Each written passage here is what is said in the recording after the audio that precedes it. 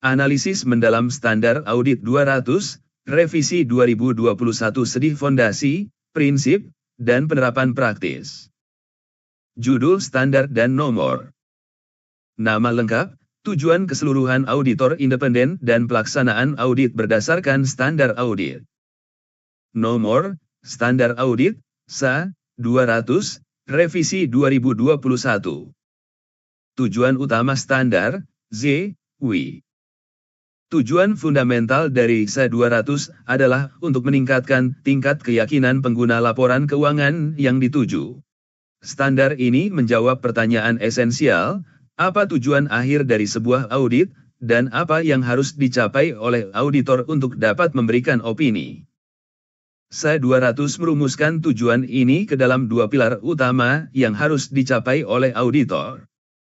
Memperoleh keyakinan memadai, reasonable assurance, bahwa laporan keuangan secara keseluruhan bebas dari kesalahan penyajian material, baik yang disebabkan oleh kecurangan, fraud, maupun kesalahan, error. Melaporkan atas laporan keuangan dan mengomunikasikan temuan-temuan auditor sebagaimana yang diharuskan oleh standar audit. Secara lebih mendalam, tujuan ini bukanlah tentang menemukan setiap kesalahan kecil yang ada. Sebaliknya, SA 200 mengarahkan fokus auditor pada manajemen risiko opini. Keberhasilan, sebuah audit tidak diukur dari jumlah temuan, melainkan dari kemampuan auditor untuk mengumpulkan bukti yang cukup untuk menurunkan risiko audit, yaitu risiko memberikan opini yang tidak tepat ke tingkat rendah yang dapat diterima. Dengan demikian, SA 200 mengubah paradigma audit dari sekadar pencarian kesalahan menjadi sebuah proses validasi keyakinan yang sistematis dan berbasis risiko. Seluruh kerangka kerja dalam standar ini dirancang untuk mengelola satu risiko utama, risiko bahwa auditor salah dalam memberikan kesimpulan profesionalnya. Ruang lingkup. SA 200 berlaku untuk semua audit atas laporan keuangan yang dilaksanakan berdasarkan standar audit. Standar ini berlaku efektif untuk audit atas laporan keuangan untuk periode yang dimulai pada atau setelah tanggal 1 Januari 2022. Namun, peran SA 200 jauh melampaui sekadar menjadi salah satu standar di antara yang lainnya. Standar ini berfungsi sebagai konstitusi atau dokumen dasar bagi seluruh standar audit. Paragraf 1 secara eksplisit menyatakan bahwa SA 200 menjelaskan ruang lingkup, wewenang, dan struktur SA, serta mengatur ketentuan untuk menetapkan tanggung jawab umum auditor independen yang berlaku untuk semua audit. Ini menempatkan SA 200 sebagai fondasi yang memberikan legitimasi, kerangka kerja, dan tujuan pemersatu untuk semua SA lainnya. Tanpa SA 200, standar-standar lain akan menjadi kumpulan aturan yang terpisah tanpa landasan filosofis yang koheren. Pengecualian dan adaptasi penting. Adaptasi, standar ini dapat diadaptasi jika diterapkan pada audit atas informasi keuangan historis lainnya selain laporan keuangan. Pengecualian, SA 200 tidak mengatur tanggung jawab auditor yang mungkin timbul dari peraturan perundang-undangan spesifik lainnya, seperti yang terkait dengan penawaran efek kepada publik. Dalam situasi tersebut, auditor tetap bertanggung jawab untuk mematuhi semua kewajiban hukum dan profesional yang relevan. Definisi kunci. SA 200 paragraf 13 mendefinisikan beberapa istilah yang menjadi pilar dalam bahasa audit. Definisi-definisi ini tidak berdiri sendiri, melainkan membentuk sebuah model konseptual yang saling terkait untuk pelaksanaan audit berbasis risiko. Keyakinan memadai, reasonable assurance suatu tingkat keyakinan yang tinggi, namun bukan tingkat keyakinan absolut. Ini adalah target akhir dari proses audit, mengakui bahwa selalu ada batasan yang membuat kepastian 100% tidak mungkin tercapai. Risiko audit, risiko bahwa auditor menyatakan opini audit yang tidak tepat ketika laporan keuangan mengandung kesalahan penyajian material. Ini adalah risiko utama yang ingin dikelola oleh auditor. Risiko kesalahan penyajian material, Risk of material misstatement termem risiko bahwa laporan keuangan telah mengandung kesalahan penyajian material sebelum audit dilaksanakan. Risiko ini ada pada klien dan terdiri dari dua komponen. Risiko inheren, kerentanan suatu asersi terhadap kesalahan penyajian material, dengan asumsi tidak ada pengendalian internal terkait. Risiko pengendalian, risiko bahwa kesalahan penyajian material tidak dapat dicegah atau dideteksi secara tepat waktu oleh sistem pengendalian internal entitas. Risiko deteksi, risiko bahwa prosedur yang dilaksanakan oleh auditor tidak akan mendeteksi kesalahan penyajian material yang ada. Ini adalah satu-satunya komponen risiko yang dapat dikendalikan secara langsung oleh auditor. Skeptisisme profesional, suatu sikap yang mencakup pikiran yang selalu mempertanyakan, waspada terhadap kondisi yang dapat mengindikasikan kemungkinan kesalahan penyajian, dan melakukan suatu penilaian penting, kritis, atas bukti audit. Pertimbangan profesional, professional judgment penerapan pelatihan, pengetahuan, dan pengalaman yang relevan dalam konteks standar audit, akuntansi, dan etika, dalam membuat keputusan yang terinformasi mengenai langkah-langkah yang tepat dalam suatu perikatan audit. Bukti audit, semua informasi yang digunakan oleh auditor dalam menarik kesimpulan yang menjadi dasar opini auditor. Kualitas bukti audit dinilai dari dua dimensi. Kecukupan, sufisiensi ukuran kuantitas, jumlah, bukti audit. Ketepatan, appropriateness ukuran kualitas bukti audit, yang mencakup relevansi dan keandalannya. Premis audit, sebuah landasan fundamental di mana audit dilaksanakan. Premis ini adalah pengakuan dan pemahaman dari manajemen dan pihak yang bertanggung jawab atas tata kelola bahwa mereka memiliki tanggung jawab untuk I. Menyusun laporan keuangan, 2. Menerapkan pengendalian internal yang memadai, dan 3. Memberikan akses tanpa batas kepada auditor atas semua informasi dan personel yang relevan. Definisi-definisi ini membentuk sebuah persamaan logis yang mendasari strategi audit modern. Auditor memulai dengan menilai RMM, risiko inheren dan pengendalian, yang merupakan variabel milik klien. Untuk menjaga agar risiko audit secara keseluruhan tetap rendah, auditor harus menyesuaikan tingkat risiko deteksi. Jika RMM dinilai tinggi, auditor harus menurunkan risiko deteksi dengan cara melaksanakan prosedur audit yang lebih ekstensif dan mendalam untuk mengumpulkan bukti yang lebih kuat. Dengan demikian, definisi-definisi ini bukan sekadar glosarium, melainkan cetak biru untuk model audit berbasis risiko. Prinsip dan konsep fundamental. SA 200 dibangun di atas 3 pilar konseptual yang harus diterapkan oleh setiap auditor dalam setiap perikatan. Ketiga pilar ini tidak statis, melainkan berinteraksi secara dinamis dalam sebuah siklus berkelanjutan. Skeptisisme profesional, paragraf 15, A20-A24 ini adalah pola pikir auditor. Auditor diwajibkan untuk merencanakan dan melaksanakan audit dengan sikap yang selalu mempertanyakan dan waspada. Ini berarti tidak secara naif menerima penjelasan manajemen, secara aktif mencari bukti yang mungkin bertentangan, dan secara kritis mengevaluasi keandalan semua bukti yang diperoleh. Skeptisisme profesional adalah pertahanan utama auditor terhadap risiko pengabaian, bias, dan potensi kecurangan. Pertimbangan profesional, paragraf 16, A25-A29 ini adalah alat analisis auditor. Pertimbangan profesional adalah penerapan keahlian, pengetahuan, dan pengalaman untuk membuat keputusan yang tepat dalam situasi yang seringkali ambigu.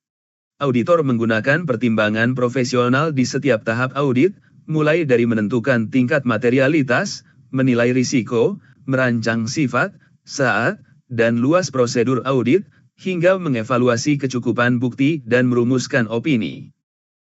Bukti audit yang cukup dan tepat serta risiko audit, paragraf 17, A30-A54 ini adalah kerangka kerja operasional auditor.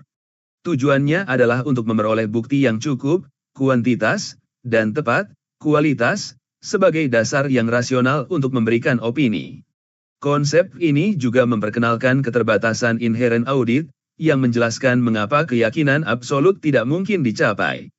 Keterbatasan ini timbul dari 3 sumber utama, sifat pelaporan keuangan yang melibatkan estimasi dan subjektivitas, 2. Sifat prosedur audit yang seringkali mengandalkan pengujian sampel, bukan pemeriksaan 100%, dan 3. Kebutuhan untuk menyeimbangkan antara manfaat, biaya, dan ketepatan waktu pelaporan. Ketiga pilar ini membentuk siklus yang saling menguatkan. Sebagai contoh, skeptisisme profesional dapat membuat auditor mempertanyakan transaksi yang tidak biasa. Pertimbangan profesional kemudian digunakan untuk merancang prosedur audit yang paling efektif untuk menyelidiki transaksi tersebut, misalnya, konfirmasi eksternal, bukan sekadar bertanya kepada manajemen. Pelaksanaan prosedur ini menghasilkan bukti audit.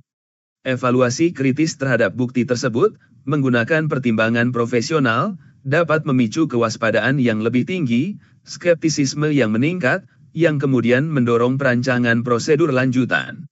Siklus ini berlanjut hingga bukti audit yang cukup dan tepat berhasil diperoleh. Ketentuan utama, persyaratan wajib Z, what, and how.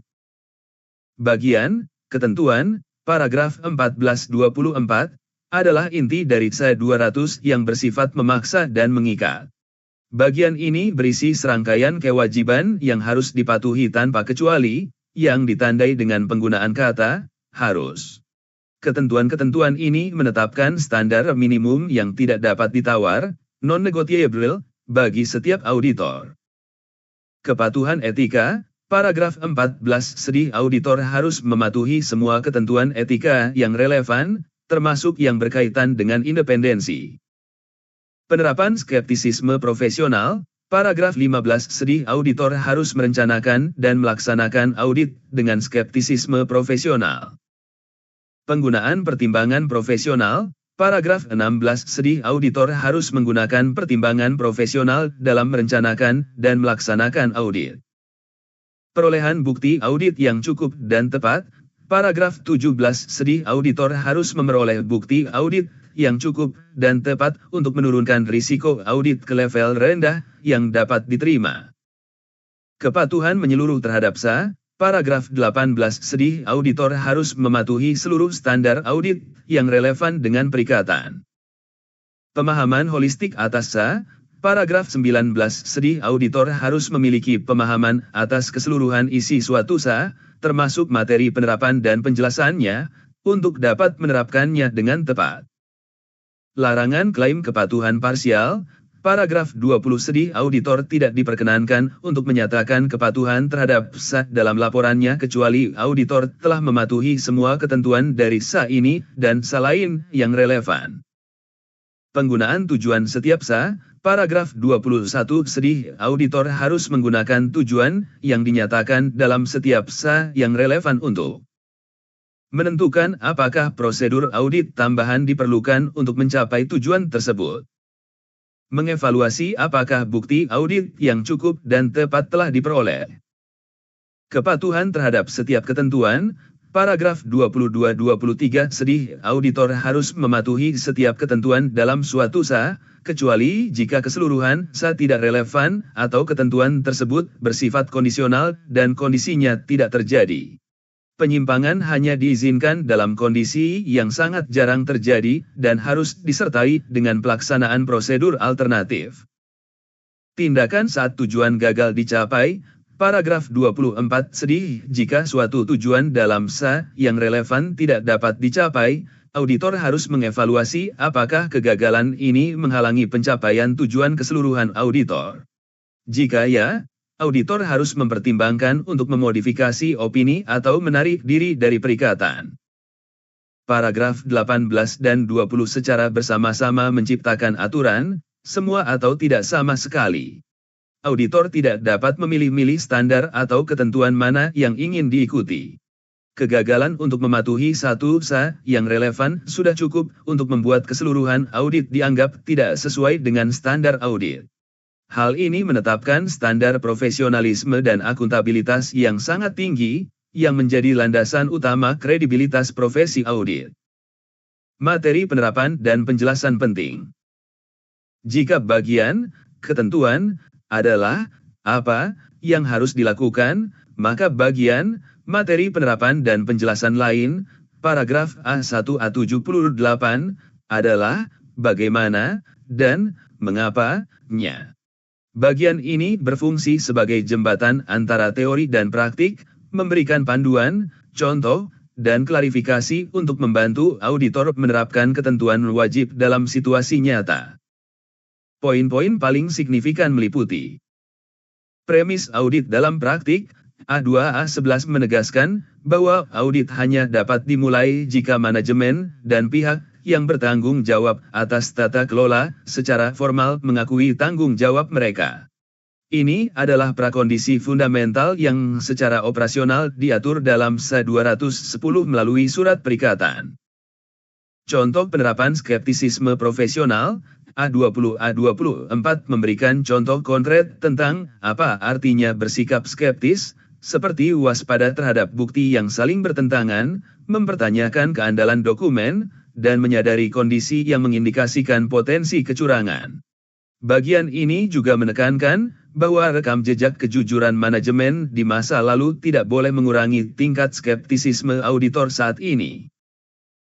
Area kunci pertimbangan profesional. A25-A29 menyoroti area-area krusial di mana pertimbangan profesional sangat dibutuhkan, seperti penentuan materialitas, penilaian risiko, dan perancangan prosedur audit. Pentingnya dokumentasi yang memadai untuk menjustifikasi pertimbangan yang dibuat juga ditekankan. Penjelasan rinci keterbatasan inheren audit. A47-A54 menguraikan secara mendalam mengapa keyakinan absolut tidak mungkin dicapai. Penjelasan ini sangat penting untuk mengelola ekspektasi klien, regulator, dan publik mengenai apa yang dapat dan tidak dapat dijamin oleh sebuah audit. Struktur dan hierarkisa. A55-A68 mengklarifikasi bahwa setiap SA terdiri dari tujuan, konteks, ketentuan, wajib, dan materi penerapan, panduan. Untuk menerapkan standar dengan benar, auditor wajib memahami ketiga komponen tersebut secara keseluruhan. Hubungan dengan standar audit lain. SA200 adalah pusat dari sebuah jaringan standar yang saling terhubung. SA200 menetapkan prinsip-prinsip fundamental, sementara SA lain memberikan panduan operasional yang lebih terperinci untuk menerapkan prinsip-prinsip tersebut. Analisis dokumen SA200 menunjukkan hubungan yang erat dengan standar-standar kunci lainnya. Tabel berikut memetakan bagaimana prinsip-prinsip dalam SA200 dioperasionalkan oleh SA lain. Prinsip konsep kunci di SA200. SA terkait. Deskripsi hubungan. Premis audit, paragraf 13, J, A2. SA210, persetujuan atas ketentuan perikatan audit. SA200 menetapkan prinsip bahwa manajemen harus mengakui tanggung jawabnya. SA210 mengoperasionalkan prinsip ini dengan mewajibkan auditor untuk memperoleh persetujuan formal atas premis tersebut sebelum menerima perikatan. Kepatuhan etika pengendalian mutu, paragraf 14, A16-A19. SA220, pengendalian mutu untuk audit atas laporan keuangan. SA200 mewajibkan kepatuhan terhadap etika secara umum. SA220 menetapkan tanggung jawab spesifik rekan perikatan untuk memastikan tim auditnya mematuhi ketentuan etika dan standar mutu KAP. Dokumentasi audit, paragraf 24, A77-A78. SA230, dokumentasi audit. SA200 mensyaratkan auditor untuk mendokumentasikan justifikasi jika terjadi kegagalan mencapai tujuan. SA230 menyediakan kerangka kerja dan persyaratan terperinci tentang apa, bagaimana, dan sejauh mana pekerjaan audit harus didokumentasikan. Identifikasi risiko dan respons, paragraf 8, 17. SA315, pengidentifikasian dan penilaian risiko, SA330, respons auditor terhadap risiko yang telah dinilai. SA200 menetapkan alur kerja audit inti, identifikasi risiko, lalu berikan respons. SA315 adalah panduan untuk langkah pertama, menilai RMM, dan SA330 adalah panduan untuk langkah kedua, merancang prosedur audit substantif dan pengujian pengendalian. Perolehan bukti audit, paragraf 17, A30-A32. Sri SA500N, bukti audit. SA200 menetapkan kewajiban untuk memperoleh bukti audit yang cukup dan tepat. Sri SA500N, misalnya, SA500, SA501, SA505, SA520, SA530, memberikan panduan spesifik tentang cara memperoleh berbagai jenis bukti, misalnya, konfirmasi, prosedur analitis, sampling. Pelaporan opini, paragraf 11, B, A12, A13. Sri SA700N, pelaporan. SA200 menetapkan tujuan akhir untuk melaporkan temuan. Sri SA700N, SA700, SA705, SA706, menyediakan format, bahasa, dan struktur yang wajib digunakan dalam laporan auditor untuk mengomunikasikan opini secara jelas dan konsisten. Implikasi praktis bagi auditor. Menerjemahkan bahasa formal SA200 ke dalam praktik sehari-hari seorang auditor menghasilkan beberapa implikasi krusial. Membentuk pola pikir fundamental, SA200 menanamkan pola pikir, percaya tapi verifikasi, trust but verify, sebagai standar perilaku. Setiap asersi manajemen, setiap angka dalam laporan keuangan, harus selalu dipertanyakan dan didukung oleh bukti yang andal. Ini adalah dasar dari skeptisisme profesional dalam tindakan. Menjadi dasar perencanaan dan alokasi sumber daya, model risiko audit yang didefinisikan dalam SA200 adalah fondasi matematis untuk semua perencanaan audit. Penilaian RMM yang tinggi untuk suatu area secara langsung diterjemahkan menjadi alokasi jam kerja yang lebih banyak, penugasan personel yang lebih berpengalaman, dan desain prosedur audit yang lebih mendalam untuk area tersebut. Alat manajemen ekspektasi, pemahaman yang mendalam tentang konsep, keyakinan memadai, dan keterbatasan inheren, adalah alat vital bagi auditor.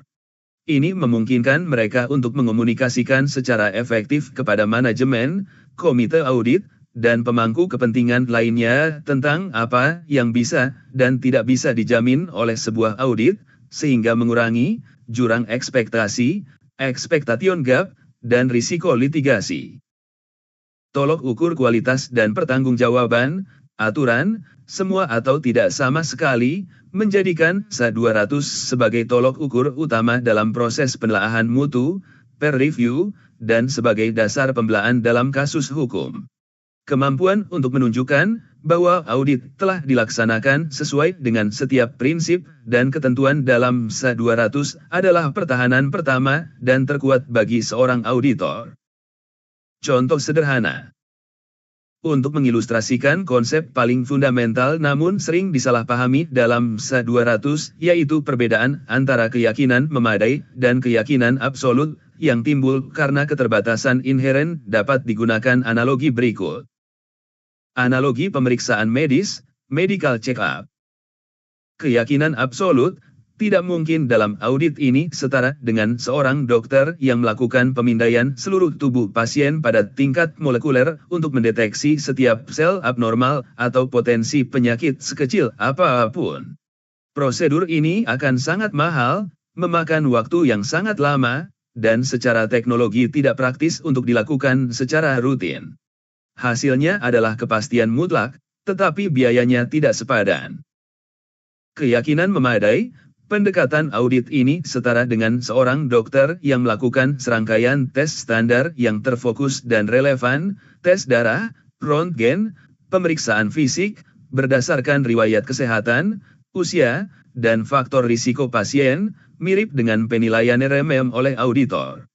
Dokter tidak memeriksa setiap sel dalam tubuh pasien, tetapi berdasarkan hasil tes yang representatif, mirip dengan sampling bukti audit, mereka dapat memberikan opini profesional yang sangat andal, keyakinan memadai, tentang kondisi kesehatan pasien secara keseluruhan.